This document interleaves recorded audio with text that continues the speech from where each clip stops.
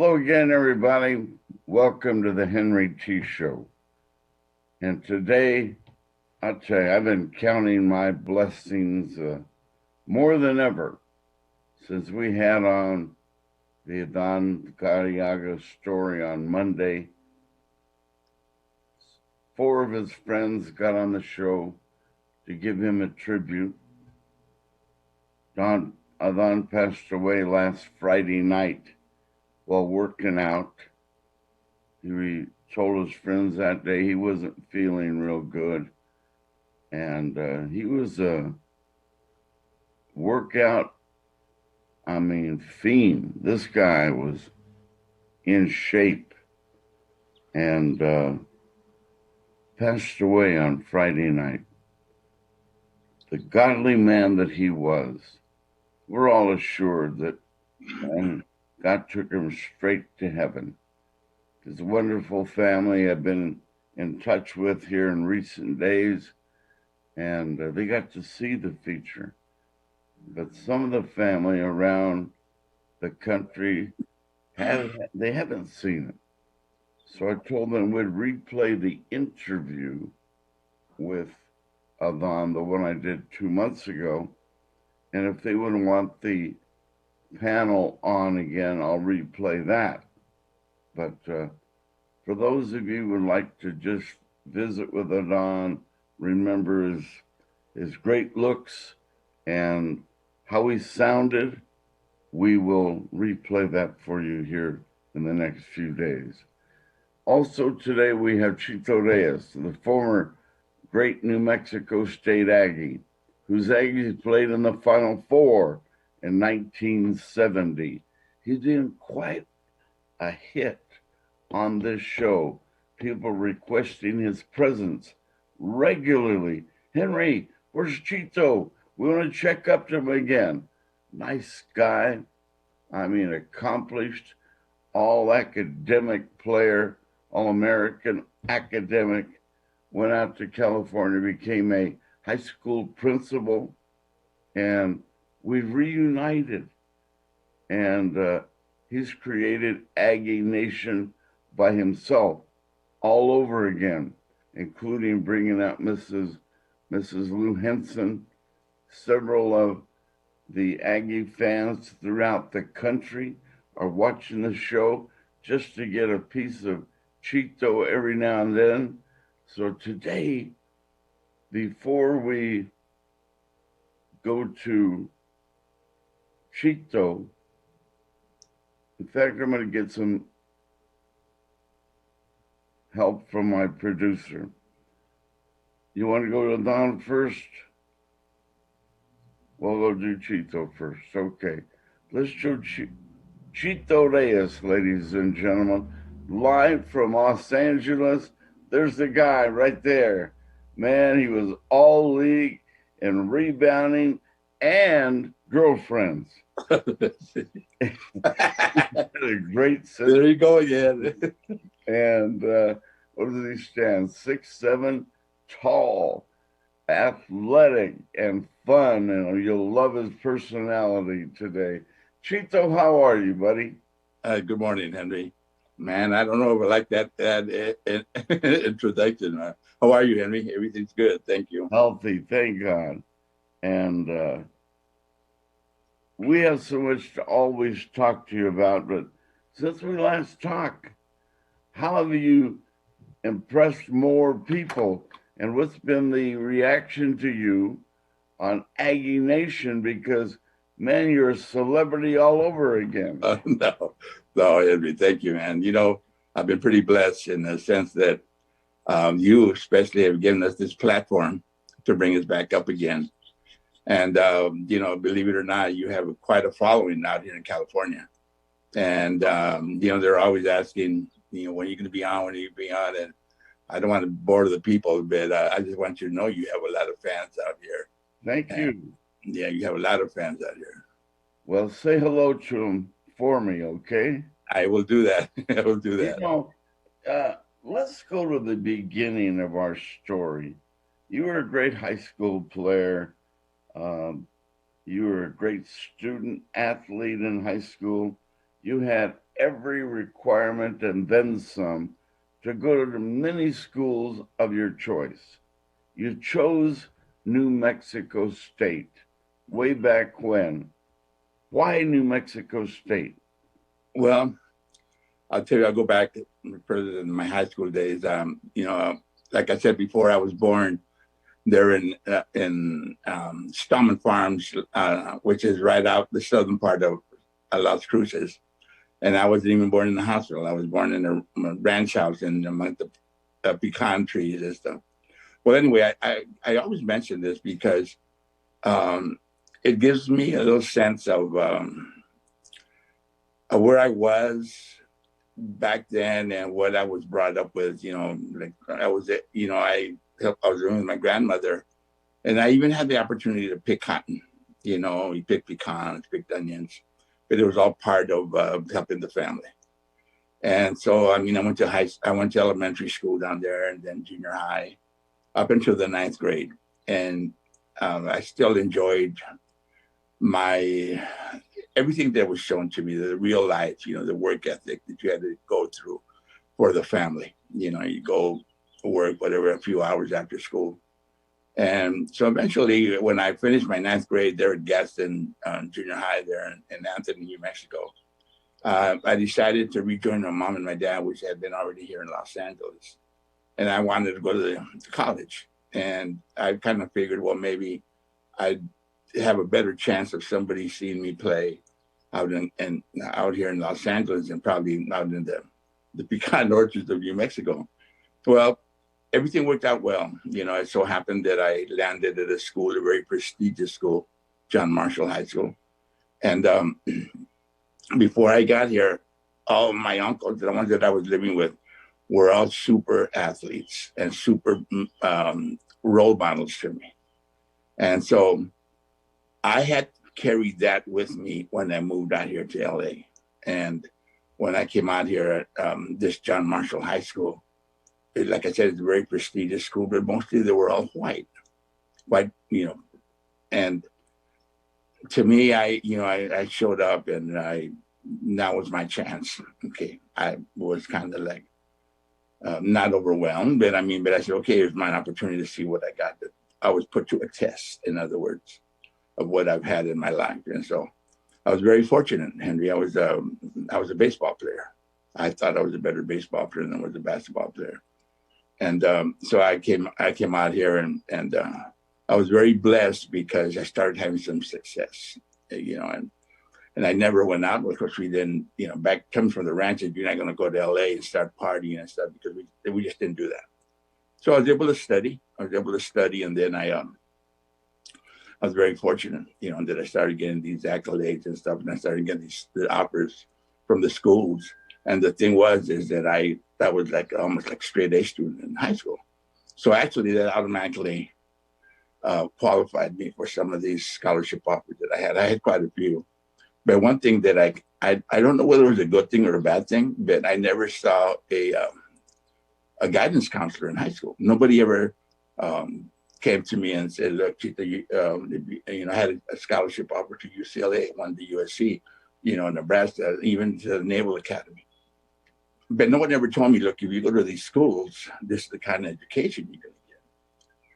So I didn't know much about that. And one thing I did know is when I was, I left my grandmother here. She was living there in San Miguel, New Mexico, right outside Las Cruces. And my former elementary school principal, gentleman named by the name of Milton Shelton, was the one that would ask my uncles, where's Chito doing over there in LA? And they would show him, and they would start telling, well, send some clippings. So what they did is he followed me, and he used to go to New Mexico State. So he put Coach Henson on my trail. And so that's how Coach Henson started contacting me. And so it was a no-brainer because my grandmother was there in the Las Cruces area. And she was like an angel to me. I was raised with her. And so Coach Henson started calling me every day, every morning. And he could tell me, look, we got a really good team. and we're going to be building eventually a new arena, and look at your family and the whole thing. So it was kind of like a no-brainer to do that. But one thing, Henry, is that I realized is I accepted the, I signed with New Mexico State. But one thing I did realize is that I was going to put a lot of pressure on myself, because I just didn't want to come back and in front of all my friends and stuff and, sit on the bench and stuff. So I knew I had my work cut out, for myself. And my pride and my work ethic just didn't let me just be.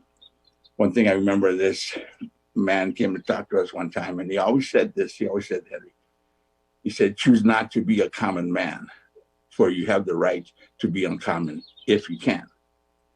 And I felt I could. I didn't want to be just like anybody else. And so I worked hard, and I, eventually broke into the lineup. But the thing is, I landed in an ideal situation with new guys coming in like Sam Lacey, Jimmy Collins, Charlie Chris, then all the other ball players, John Burgess, and all these guys. It so happened that we were all in the same boat. We came into town with high hopes, but yet you don't know what you're getting into. You don't know yet. You're still, and so it came out to one of the things where it was an ideal place for me, because all my family, all of a sudden I had like 200 cousins. All of a sudden they came out of nowhere, and it was an ideal situation. But yet I felt that pressure, Henry, that come on, man, now's your time. You just don't want to be. And like I said, go back to the same thing. You don't want to be a common man. And I took that in myself. And when I started playing, it was a lot of work, because everybody else was just super. Now you were the big boys, You guys were 6'11", 6'10", 6'9", and not only that, but they were really good. And then you land in good hands with Coach Henson. And that was one thing. Then one thing led to another. And I tell you one thing, Henry, and I always go back to this thing, because I was grounded right away off the top. You don't go around bragging about yourself. You don't go around doing all this. So my grandmother, when I first went to New Mexico State, she called me over to the house, and she always told me, she says, son, you know what? I'm so proud of what you're going to go into now, but I want to ask a big favor of you. She said, please don't ever come tell me how good you are. She said, let other people come tell me, but not that you're a good ball player, but that you're a good man. And that was not that I was going to vary from that, but I just kind of reinstilled my faith. You got to be a good person, Henry. You got to be a good man, and you can't go around and not taking things serious when you got a job to do, And so eventually we got on, of course, the rest is history, where we had all this success. And I was very blessed that I was able to be part of this, with Coach Henson and the rest of the ball players, Sam, Jimmy, Charlie, and all these guys. That we got this national attention. And it's quite a gift from above, because like I mentioned to you before, I was down in Las Cruces about a couple of weeks ago, and I was able to meet with Mrs. Henson, Coach Henson's widow, and we had dinner at a really nice restaurant. And to see her walk through the restaurant and to see us and everybody, recognized her, and it was such a they bring back and they appreciate what you did, and to them it's always. And as a matter of fact, that main highway that leads out of Las Cruces down the back valley is called Lou Henson Highway, and it was named after Coach Henson, and take pride in doing all that. So it's just so many gifts that resulted from all of this, Henry, that we got to go to New Mexico State. I said, who knows what would happen if I would try to play ball at UCLA or USC or the Naval Academy, Arizona, or whatever. Who knows how my life would have turned out. But forever hero to Aggie fans, because of the glory you guys received as a great team. Your coach, fabulous Lou Henson. Yeah. But all of the starters were of the highest quality of college basketball talent. Yes. What do you think you contributed to that great team? Well, I tell you what, I first of all, I had to understand that. Okay, like when I of the you could only have five teammates on the floor at the same time. Okay, now we had Sam Lacey, Jimmy Collins, Charlie Chris, and Jeff Smith, all this, and there's not too many open spots in there. So you're not gonna, because you're a high scorer in high school, you're not gonna go and let me be the scorer. What do you need? What's going to be on the team? What does the team need? And so they figured, okay, maybe they need somebody to work hard, try to get the boards, try to play good defense and hustle and get the loose balls, dive on the floor. And that's where I thought I could come in, and I'd be the one, diving on the floor and diving into the stands and working hard, because whatever points I got, they weren't because it was a play designed for me. It was because I went and chased the ball down or looked a rebound and try to get it, and I worked hard for my points, which is fine. You don't need to get the glory or score so many points, but I mean, to be on the floor at the same time is one of the most important things that you want to be. Because you stop and think about this. Why does Coach Henson have me on the floor? See, maybe you do contribute something to this, and that's why you got to work hard and don't try to. There's too many egos that you can't do that. And what I try to do is I just try to stabilize. And they come on, so don't do that and hold up and feed the ball into Sam when we needed it, or give it to Jimmy or whatever. But that was probably my main role in that. Well, you had your role and you filled it well. And man, you were the chairman of the boards. Every rebound was yours. Man, you were open to shoot the ball. Man, your team encouraged you to shoot. Yeah. Coach Henson did, because you could fill it up if they called on you. If you needed to be a scorer, you could rise to that occasion. Yeah. So if you don't mind, I'll call you the most versatile player on the court. Yeah, Jimmy was great at everything, but he was a playmaker and he was a scorer. You did it all. But man, you were selfish in there. You didn't give any rebounds away. Every loose ball off the glass was yours. Yeah. We pay tribute to you for that effort. Well, I appreciate that. I appreciate that. Yeah. Yeah. It's Henry. There's always things in a situation, like in a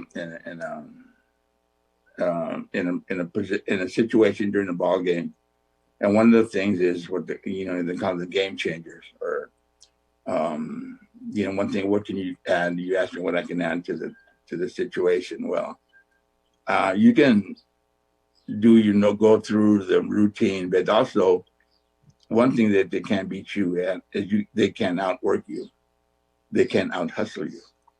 And that's one of the things that I took pride in. Hey man, if it's on the floor, I'll dive at that. My knees were all scraped and all of this stuff all the time. But I mean, it's good. It's a good little mark that you had going in your way. And people remember that, Henry. People remember that. That when somebody shoots and you're on defense, you better find your man, because it's not about going and getting the ball. First of all, you got to stop and block your man out. That's the first priority. Keep your man from getting the ball.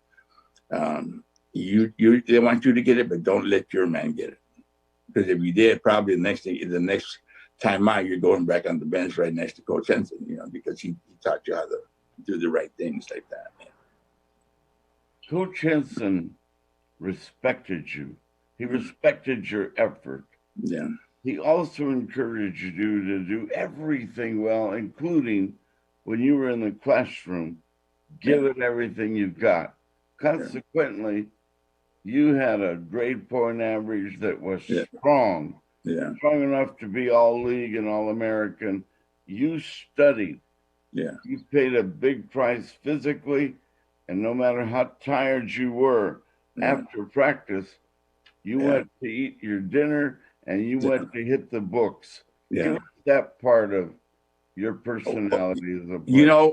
one of the things that I was always, even when I was a youngster in elementary school or whatever, I started realizing that they give you a problem, there's a solution. What's the answer to this? And I always wanted to take pride. What's the answer to this? You know, how did they go about it? How did they do that? And I always wanted to I I didn't want any. I didn't want to miss any questions, and so not that it was going to be like that all the time, but that was my thing. I wanted to find out what's going on. So when I came out to LA, being that I was coming back from the ranches down there in the southern part of New Mexico, I didn't feel like I needed to go anywhere. Let me stay home and let me take care of my books here. And eventually I didn't realize, I mean, yeah, I was going to do that anyway, but I didn't realize how important that was for whatever my future was going to hold. And whenever they looked at now you see some guys that have to go to junior college or have to do this because they didn't really study. They were into their game and whatever. But that's not what life is about. You know, it's not about just a ball game. And, and I eventually became a principal at a high school where there were troubled kids, and I used to always take the time and I used to try to make them understand how important it is to try to better yourself and mentally strengthen your mind and be able to hold a decent conversation with somebody. And you can always tell, that people are going to judge you by how you talk, how you carry yourself. And it was always important for me too that, you want to be able to carry conversation. So when I studied, I always felt that like I said, I was going to do that anyway, but I didn't realize that it was going to be one of the most important points for me to go to the next level, So it really helps. And that's why I tell some of the kids, and even nowadays, I see a lot of the good ball players, and man, you got to do this. You got to study. It's not just about one, because you're not just stepping up as far as your game, whether it's football, baseball, basketball, whatever. It's about your life, and about what you got to step into, and people are going to they're going to pick you to be on their team based on some of those characteristics. That you're a good man. You got strong work ethic and be able to carry yourself and be respectful. Be respectful in the court, and I think that makes a lot of difference. Well, I'll tell you what, you proved to everybody that you paid your price. You were conscientious, being a good person. Your character was impeccable. Your academics the same. Yeah. But then the other part, you're on a great college team. Yeah. You happen to go to the Final Four. Yeah. Wow. Yeah. Give us that experience. To the Final Four. My goodness. Yeah. I just once in a while see documentaries I was watching some of the documentary about some junior college team. And the junior college team that was on there is a documentary, and they're showing how these young ball players are striving hard to get to a Division I college team and then go from there and eventually play at the big dance, the March Madness. Well, for us, because of what we accomplished and the way the situation is just perfect for us, we were able to play in the Western Regionals my sophomore year, but my junior year was a big year, 1970, when we played. Now, eventually, throughout my career that I was in New Mexico State, a lot of the athletes just are urging to play just one game in March Madness. One, to them, it would be like the ultimate, which I can understand that. But we were blessed because we would win one game. I was able to play nine games from the NCAA, and of course it's an important feather in your cap, and the greater it becomes throughout the years. And I see how of course it wasn't as big back then as it is now, because now it's like the Super Bowl of college basketball. But it means a lot to people, Henry. It means a lot, especially now because they'll tell, oh, that guy played in basketball, that guy did this. And they take pride, even the guys that just played one game, showed up one game, and they'll always be able to tell their grandkids, hey, man, look, see the March Madness, we played there. Yeah, Grandpa, yeah, I played there. And it's like big feather in your cap that you do that. And you, for us to be able to go where we did and to have the people back us up and what it meant to the community. Like I said, I went down to New Mexico the other day, and you walk in, you can walk into the Costco, you can walk in to the Walmart and stuff. People, hey, how you doing? What are you doing nowadays? And all this and that, because it was a big thing to them. And it's like a gift that we gave to them, but yet their support was a gift to us about how we got along with everybody. And it was really special, man. It's to this day, and it'll always be like this. You know, nobody's ever, the good thing about it, nobody's ever going to take it away. You know, you played for a Hall of Fame coach. Yeah. The great Lou Henson. Yeah. Wow. Yeah. What do you say?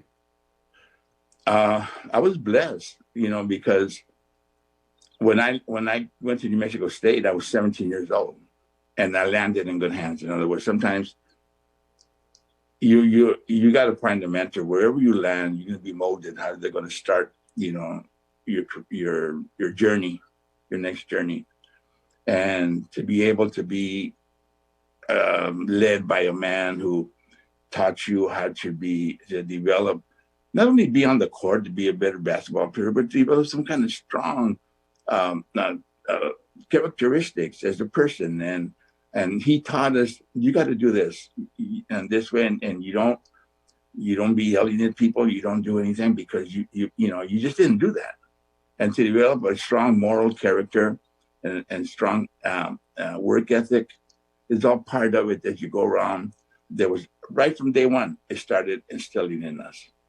And like I said, I've always said this, that whenever I went anywhere, right after New Mexico State, I was very fortunate. I got to played in Mexico a few years professionally, and then I was always on the national team, the Olympic team, and we would always travel to a lot of places all over the world.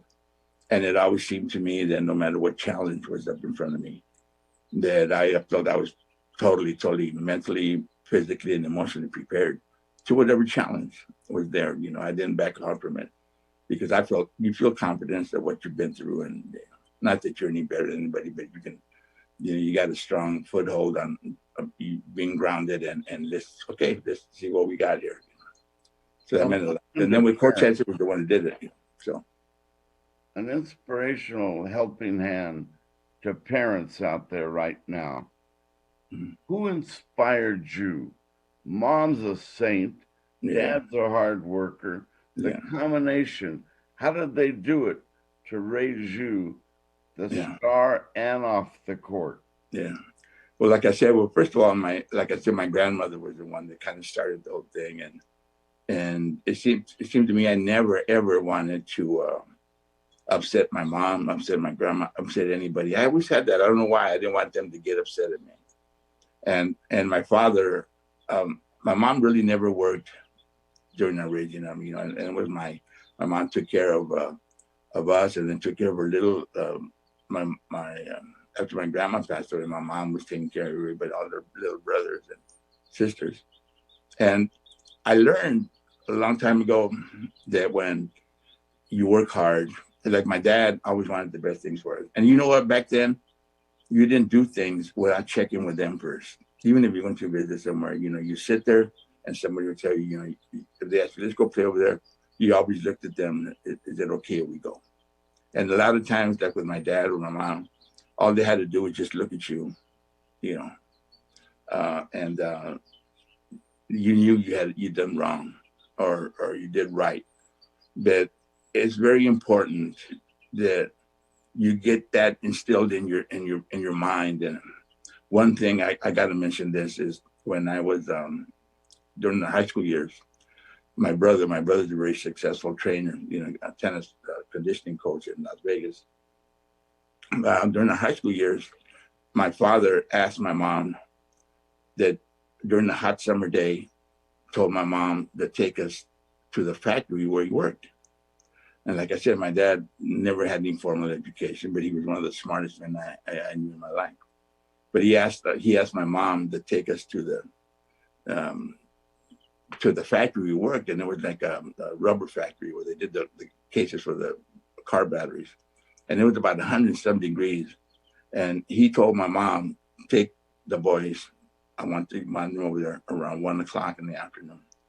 So my mom took us, and we walked by the side of the factory. And my dad stepped out inside the factory, and he was soaking wet perspiration and the dirty. He would change. It would shower after he was dirty, his uniform, and soaking wet. And he came and told her. He said, "You see this?" He said, "I don't want you to ever work in a place like this. You better study. You better work hard, because I don't want to see you ever in like this." And the inspiration like that, like I said, regardless of the fact that they had any formal education, it was the education of the school of life that they taught us. And I think that's the main thing that helped us get along. And you can't go wrong if you get a degree from the school of life. So it's very important, to do that best. Today, you've inspired thousands of young people on this show, parents too, and they learn that tough love is necessary. Yeah. You need to know how important academics are, and good character, and being a teammate, and sharing, and to be humble, like Grandma always told you. Yeah. It's a lot there, Chito. Yeah. I learned that it's so important that you have pride in yourself. You don't want people to look at you looking in a bad way. And whatever happens, no matter what you do, be accountable for what you do. It's because of what you did. And also you can get the accolades for what you worked hard. And one, I can honestly say, like being the principal of this school, and how I found out some success for these troubled kids, is that as a parent or as a teacher or anybody, sometimes it's important, you got to listen to your kids, listen to what's going on with them, and at the same time let them know that you'll be right there for them. Because you have people that okay, whatever, but if you pay attention, then they're going to start respecting you and say, "Look, I don't want my dad to be upset at me. I don't want my mom to get them." So you're taught what's right and what's wrong. At least let them know what's right and what's wrong. Wow. Because you have to. Let's jump to the Final Four in our last 4 minutes. Okay. Wow. You beat all these teams. You're on your way. You got national attention. Who are these guys? From Las Cruces. Where? They're in the Final Four. That's who they are. Yeah. You lose to UCLA with the great Sam Lacey. Yeah. Down with injury early in the game. Yeah. Between you and me. Yeah. Had Lacey not been injured early in the game, how would the rest of the game proceed? When you start judging yourself, you can't automatically at the beginning of the game, we're going to do it or don't. But you during the course of the game, you start adjusting. And when you first walk on the court with the UCLA and all these famous people, you're kind of like kind of a little intimidated. But then you realize they're just like you. They put on the uniform the same way. Okay, let's go. And so I think that's what we're getting. We're getting our confidence. And then when Sam got hurt, because Sam wasn't going to back down from anybody. Jeff wasn't going to back down from anybody. Jimmy wasn't going to back down from anybody. We weren't going to back down from anybody. As personally as your man, And so put that together, we would have given them a really, really good run for them. And I believe we could have done it. And who knows how our whole world has changed. We're blessed that we can honestly say this, but we had a lot of people. We gained a lot of fans, in other words, going back to College Park, Maryland, even though people from Virginia and from Baltimore, from everywhere, are coming up to us. "Oh, we're going to cheer for you. We're going to cheer for you," because we're the underdogs. Yet we were able to do this and it really worked out well for us. Well, you really gave New Mexico State a strong national appearance, and now the reputation and now you're noted as one of the greatest college teams in history. And you all go on to be educators and NBA coaches and whatever. And Charlie Chris is a very famous golf instructor, player, and all success stories. Lou Henson inducted in the Hall of Fame. God bless him. He is in heaven now. And but everybody needed to hear your story again. Thank you. Well, me every time I talk to you, you keep telling me, Henry, there's more gas in the gas tank. You're not done yet. There's more to accomplish, because the presence of our buddy Chito Reyes never quit trying to be better. Thank you for that. And like I said, choose not to be a common man, Henry, and you're not. You've proven that to others. That's why you're successful what you have right now. So that's all. Remember that you're not a common man. You know? Our future might be together as broadcasters. Well, hey, you never know. There's a way, right? Yeah, you never know. So it'll be cool. I'm for it. Chito, thank you for being with us today. Thank you, Henry. Story you have. Thank you. And we're going to do it again and again and again. We will do it, man. As long as you have me here, I'm more than glad to share that. Like your brother, Chito. Take care. I will do that, man. You take care, and thank you, man, for giving me this opportunity to share some of my thoughts. And then, first of all, to give thanks to all the people from people in New Mexico, my friends, family, and all that, because I feel like so fortunate. God put me in a very special place, and believe me, I appreciate it so much. Thank you. Wow. Take care of yourself. Thank you, Henry. I appreciate it. Thank you. Okay, take care. Right. Okay, bye. Bye. Wow. Man, I feel pumped. I feel like shadow boxing, running in place, running an extra mile. And now we come down to earth. We remember our friend, Adan Cariaga, former Albuquerque High basketball star at New Mexico Military Institute. He passed away last Friday night. Since then, there's been reaction over the top. Great story this morning in the Albuquerque Journal. And let's go back to an interview with Adan we did just a few weeks ago. Here it is.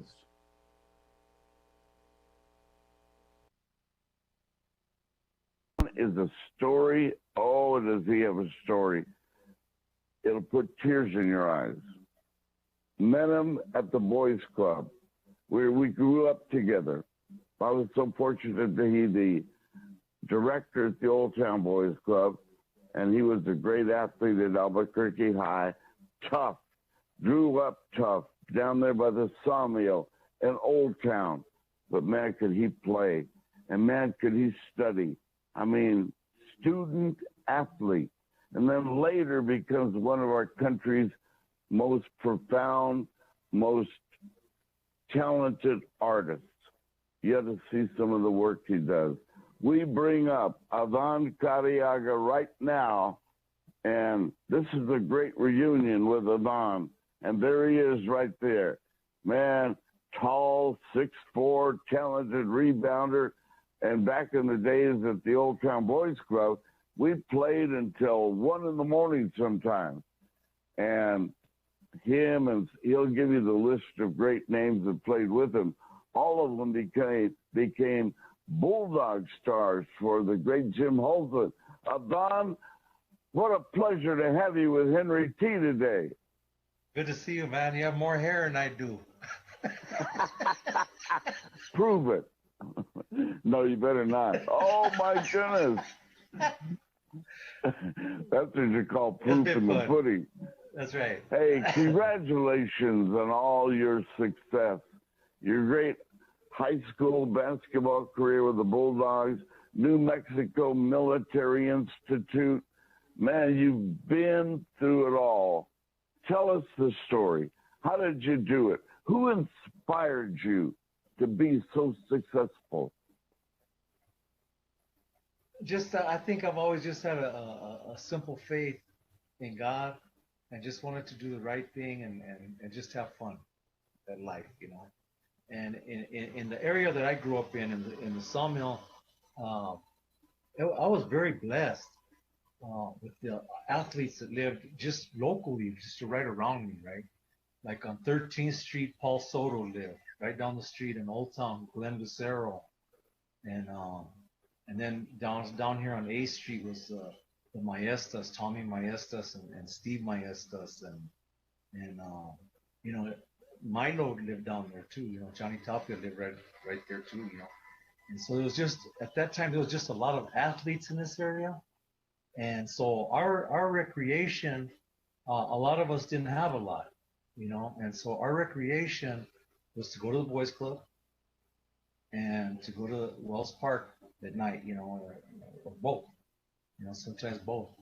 And Coach Halsman was probably the most inspiring person for all of us. You know, I was dunking when I went to Washington, uh, uh, Washington Junior High at that time. You know, I could dunk it already. And I was 5'8" and I could dunk it. And I was playing down there at Wellark one day, and Coach Halsman was down there. He would always be down there scouting. And he said, what school are you gonna go to? And I said, well, I'm gonna go to Albuquerque High. I didn't even know who Coach Halsman was. I never met that guy before, right? It was this old guy with a flat top, right? And he goes, I'm Jim Halsman. I coach at Albuquerque High School. I go, oh wow, you know, that's cool. I didn't know nothing about him at all. I was just a little boy. And he goes, you know, son, you have some raw talent and some good coaching, and if you pay attention and if you're coachable, you could probably play some college basketball. And that's the first person that ever talked to me like that. I was like, college basketball? I thought I was going to be a block layer, you know, like my brothers. You know, I said, I'll probably be a block layer, you know. But then David Romo was down the street, and Roscoe lived off of Second Mountain Road. So, and Romo was downtown. And so whenever we play, you know, they were big guys as tall as me. So we always have to guard each other. And we became very, very good friends, you know. Yeah. And I didn't play that much at Albuquerque High. I could have done a lot better, but I hurt my leg. I was in a car accident and I broke my leg. And they said I wasn't going to play my senior year. And I did anyway, you know. That's where you remember me at the boys club, because I would go to the boys club. And that doctor said, he said, I don't think you're going to play this year. And I looked at the doctor and I said, you ain't God. You can't tell me what I can do and what I can't do. And so I went to the boys club and I started pumping iron and just pumping iron and pumping iron. And I got to the point where I could run. I would just run. You know, we'd run all the way down there to San Gabriel Park was open, and we'd run to San Gabriel Park and around the park and back and to the boys club and back and forth like that, just doing some road work, you know. And Coach Halsman had a real simple formula for us to follow, man. He said, you know, if you, you know, 12, 7, 4, if you play 4 hours a day, 7 days a week, you know, 12 months out of the year, you got a good chance of making this team, you know. And there was just so much talent, you know. And then when we played at Albuquerque High, I always think of the junior team that we had and went to the state championship game, and we lost to Manzano. And but when I was in junior college, I went to New Mexico Military Institute, JC, and I played down there with some great players, you know. But in our conference, off of that 74 team, there was 7 players off of that team in the conference, right? Roscoe Locke and Edward Hunt were at Odessa. Romo and myself were at New Mexico Military Institute, and Richard Jenkins, Jesse Cleaver, and Gandy were all at New Mexico JC.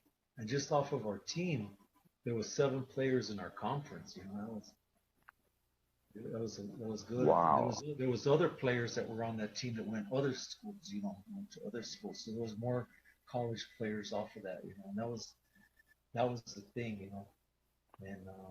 You know, when I played Let's at back up a little bit. Okay. Go ahead. Go ahead. Let's back up a little bit and bring your mom into the picture. Okay, my what mother. a part of you she is, and how inspirational your mom must have been. Yes, I was the youngest kid in our family, and there was 5 of us, and we had a half sister Maria. There was 6 total, and Sandra and I were the youngest, and so my mom, you know, we didn't have much, and my dad died when I was 9, right? And my mom raised us, and she sent us, me and Sandra, to Catholic school and everything. You know, she's a seamstress over Sweetbriar. She used to do alterations and all that, you know. And we always had food. We always had clean clothes. We always had a nice house, a nice clean house, and everything like that. And mom was everything to us, you know. She used to walk to mass every morning to San Felipe Church, rain or snow or whatever. She walked every day over 7 o'clock mass. And when I wanted a bike, and my dad had died, and I wanted a bike. I wanted one of those Schwinn bikes, purple, with banana seat and all that, you know, handlebars and all that. And I told my mom, I said, I want one of them Schwinn bikes with the sissy bar on it, you know, and all that, right? And she goes, well, son, we're gonna have to save because you know, your dad died, and our income's different, and we're gonna have to save for 2 bikes because I have to get you a bike and I have to get Sandra a bike because it won't be fair to Sandra, you know. We'll get her a bike too. It's okay. So I'm gonna get me a bike. So the Duke City Lumber Company was right across the street from us, and just right over the fence, you know, the old Duke City Lumber Company. And I made friends over there with the guys at the Duke City Lumber Company. And I said, if you got any soft wood, throw it on over the fence to me, right? And so they did. So I started making Frankensteins, right? And I go down to Old Town, I paint them green, I put some screws in their neck and everything like that, you know. And I'd go down there to Old Town and sit on the park bench down there and sell them for $10 a piece. Wow. They weren't very pretty or anything like that. I think the tourists just bought them, you know, because it was a cute little kid selling Frankensteins down there. You know what I mean? And so I came a couple of months later, and I took out a pocket full of money, and I told my mom, I said, hey, Mom, look, I got enough for 2 bikes. And she goes, where'd you get that money? Lo robaste? She thought I stole it, right? I said, no, I'm making Frankensteins. She goes, Frankensteins? I go, yeah. She goes, let me see one. So I showed her, and she goes, you're selling these? And I go, yeah. And she gave me my mom had these real feminine, soft hands, right? And she puts her hand on my shoulder like that. She goes, you just keep carving, Chito. Just keep carving. And so it's always been my hobby all my life, you know, and it turned out to be pretty good for me, you know. But Tell us that story now. Okay. Well, my mom got killed in 1984 by a drunk driver, right? And it was just it was just too much for me to handle. You know, my brothers and sisters dealt with it the way they did, but it really affected my life and how I saw things. And yeah, and I just started carving, you know, and I just painting and carving, and ran into, you know, different santeros and santeras, you know, Charlie Carrillo and Arlene Cisneros Sena and Victor Goler and Arthur Lopez and, you know, Alcalde Ortero and Federico Prudencia. Just a bunch of different santeros and santeras just became friends. It was like a God thing, right? Like all of a sudden there's these people in my life, and I'm learning how to old formulas, traditional formulas of how to mix paint and how to mix gesso and how to make homemade trementina, learning all these different things, you know. And so I got to do that, and you know, it was amazing because I started winning ribbons. You know, I started winning. Sometimes I would win a ribbon, and sometimes I wouldn't. And people started liking my art, and I would get to sell my art, and it's something I love to do. And when I carve and when I paint, I pray. That's what I do. I'll think of people. Someone will come to my mind, that's having a hard time or lost somebody in their family, or they may be ill or something like that, and I'll just start praying for them when I carve and pray. And so I've been very blessed and very fortunate that the Lord gave me the ability to be creative with my mind to spread good news. And I never look at it like, I look at a successful piece like this. If I make a piece and if for 1 second, 2 seconds, if somebody looks at something that I made and they thought about God for that very short time, even for that very short time, and I said, ah, I was successful. Wow. They're beautiful, Alan. Thank you. Before we go, give us your website. Give us a phone number, however you want people to communicate with you. What we just had on the screen was the most beautiful sunsettos I've ever seen. Congratulations. Thank wow, you, man. Look at that. Look at that. Yeah. Just, I'm on Facebook, Art of Adan Carriaga. That's it. Get a message, and I'm just very blessed, very, very fortunate to have this. And where do you market your product? Locally, nationally, worldwide, where? Just by word of mouth, right? But I do it on Facebook, and then I have this friend in Germany, right?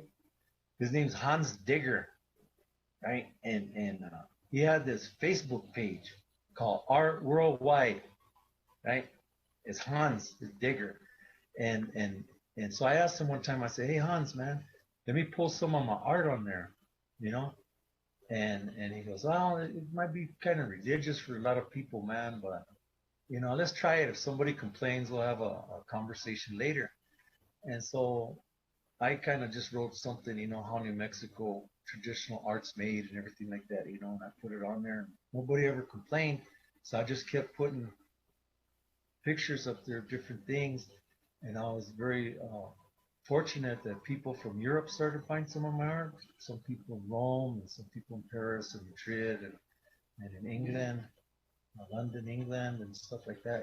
So I was very blessed. And then I met this one doctor, right? And he goes, "Hey, can you make me a St. Francis?" I said, "Sure, man." And I go, "Where's that going to go?" And he goes, He goes, I'm a doctor at the Vatican, and I want to make a St. Francis for St. Francis for Pope Francis." And so he took it down there and he gave it to the Pope, So I was like, wow, that's very, very, very, very. It's very much an honor, very much, very humbling, very much an honor. But this little guy from Sawmill. A guy we all love and we know well, Dr. Ron Maestas from Las Vegas, New Mexico. He adores your art, and he's a great man. He's a good You're man. in his book, or maybe all 4 of his books.